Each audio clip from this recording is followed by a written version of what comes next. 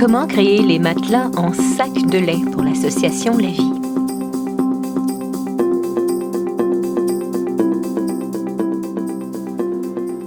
Voici à quoi ressemblent les matelas crochetés à la main, avec principalement des brides. Et vous pouvez également faire des petits carrés avec différentes couleurs et même faire de la dentelle tout autour, chacun des carrés étant assemblés l'un à la suite de l'autre.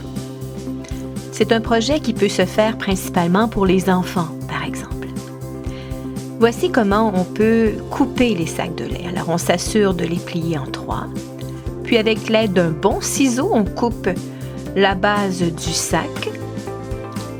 Et on s'assure également de couper tout ce qui peut nous paraître chiffonné, histoire de conserver une qualité.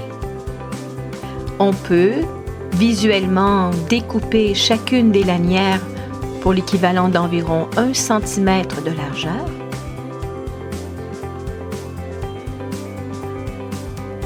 Et on peut également se servir d'un gabarit où l'on trace chacune des lignes. Puis ensuite, on prendra le ciseau.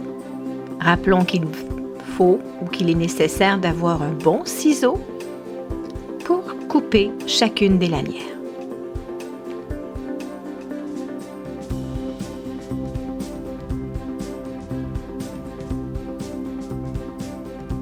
On passe à l'étape suivante, qui est la confection des nœuds ou des lanières. Alors, on prend donc 2 bandes que l'on va insérer l'une dans l'autre. On passera la loupe à l'intérieur et de chaque côté, lentement et doucement, on tire pour créer un nœud qui est relativement uniforme. À nouveau, je prends une loupe que j'insère à l'intérieur de l'autre et je tire tout doucement, histoire de créer des nœuds qui sont suffisamment petits pour faciliter la tâche.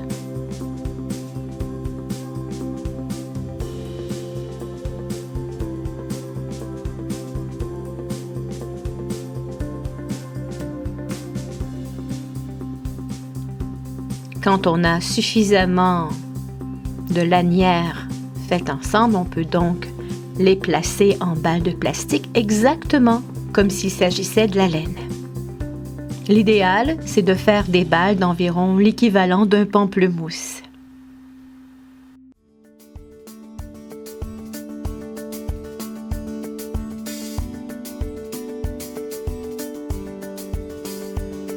Puis on peut se préparer à faire le travail au crochet.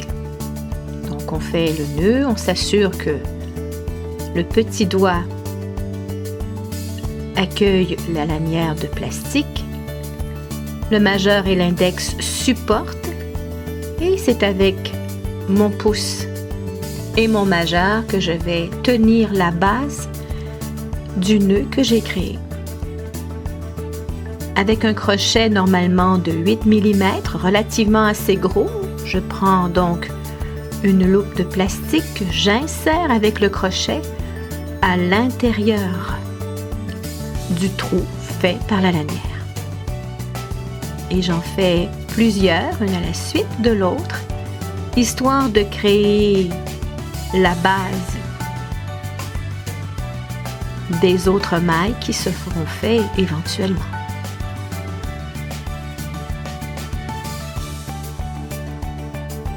Cette étape, elle est parfois difficile, principalement pour ceux et celles qui n'ont jamais crocheté. Il est suggéré de faire cet exercice avec de la laine, histoire de pratiquer.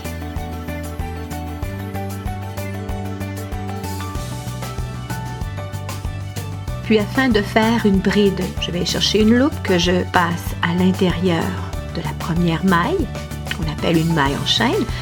Je passe la loupe. Déjà, il y a 2 loupes sur le crochet. Je passe à nouveau pour passer les 2 autres. Alors, à nouveau, je prends une loupe que j'insère à l'intérieur.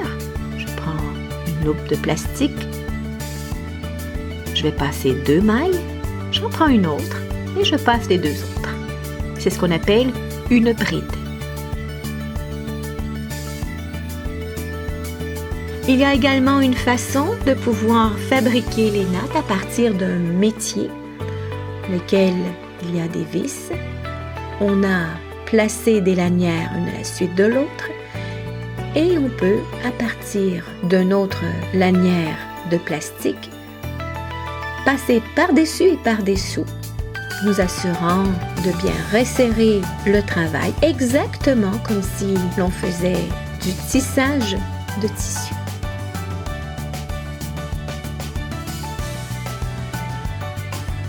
Afin de préparer les sacs, on suggère de les déplier,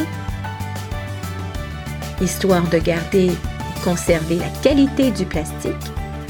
On les déplie. Ils peuvent être de même couleur ou de couleurs différentes. Et un par-dessus l'autre, nous les plaçons pour éventuellement en compter 49.